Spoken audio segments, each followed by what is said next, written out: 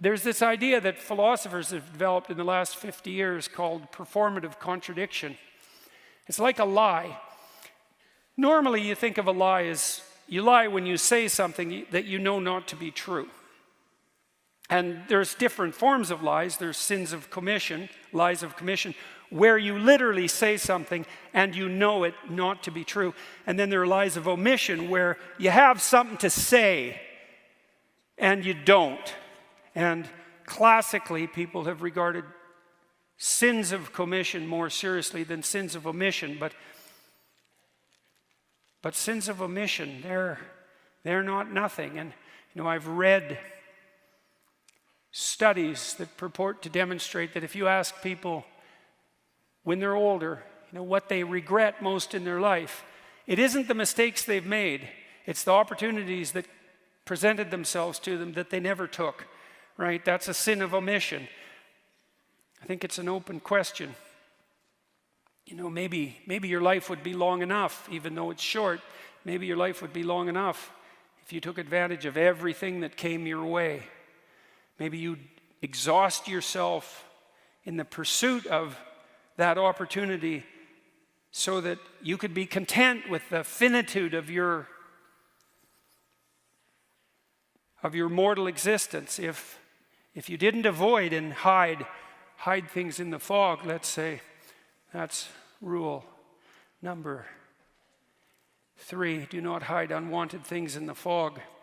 Your own future, all that opportunity.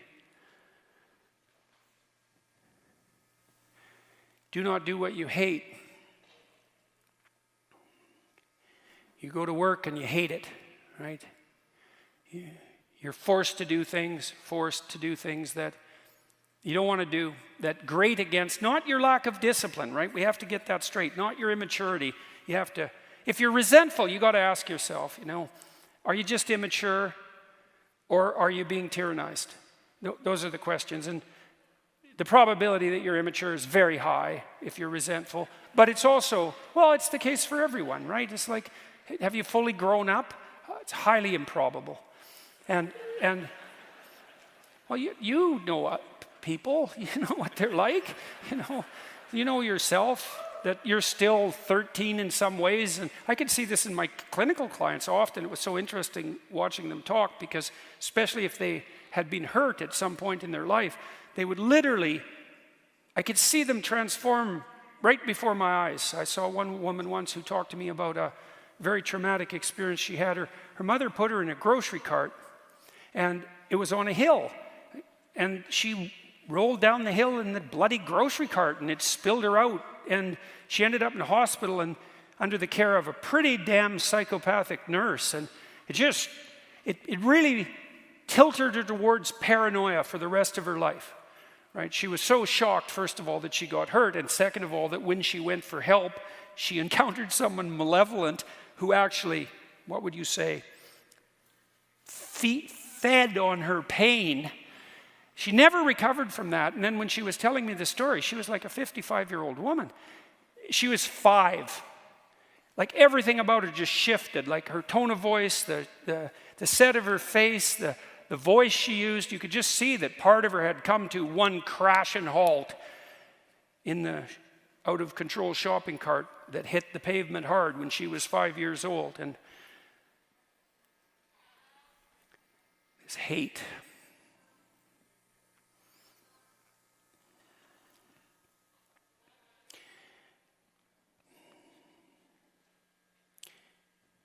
There's this idea in the New Testament. It's a very tricky idea. There's one unforgivable sin.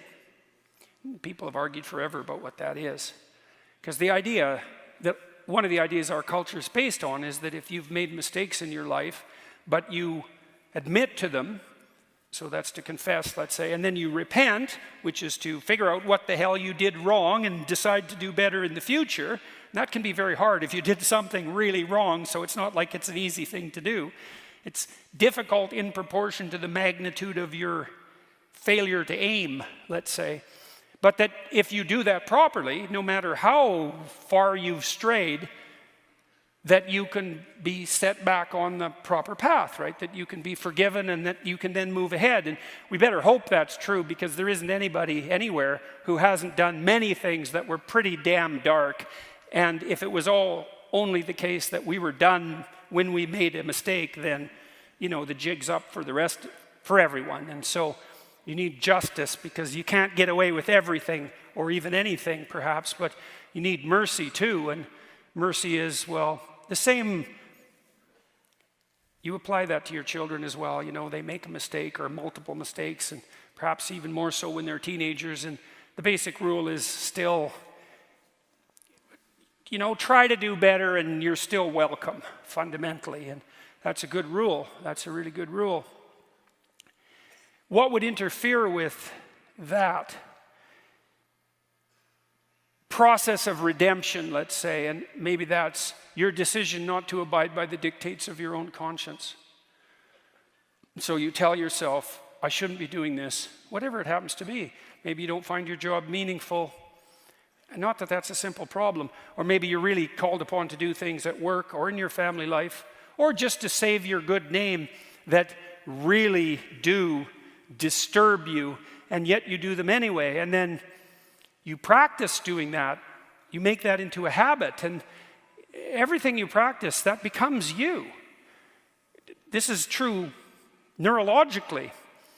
If you repeat something over and over, if you practice it, you build the biological structures that make you an expert at that. And so if you're practicing violating your own conscience with a performative contradiction, this other form of lie, this willingness to act out things that run contrary to your own sense of morality, right? So you act out a lie. Well, then you become the embodiment of a lie. And, well, there's endless metaphorical speculation about the spirit of the lie, right? I mean, that's one of the characterizations of the great adversary of mankind, you know, is the prince of lies. And you allow that to take up its residence within you because you're rationalizing doing what you hate, then you do that at your own peril. And if you get really good at that, maybe there's no way back. The danger of being an actor, you know, is that you become the actor and then you lose you, obviously. You replace you with that falsehood, and that will make you bitter, to lose you in the service of a falsehood.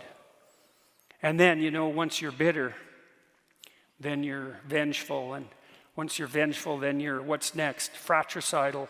That's Cain, by the way. And once you're fratricidal, the next step is homicidal. And the step past that is genocidal. And, you know, you can walk down all those steps, and people have lots of times. And every one of us has something in us of all of that. That's for sure. And you don't want to practice that.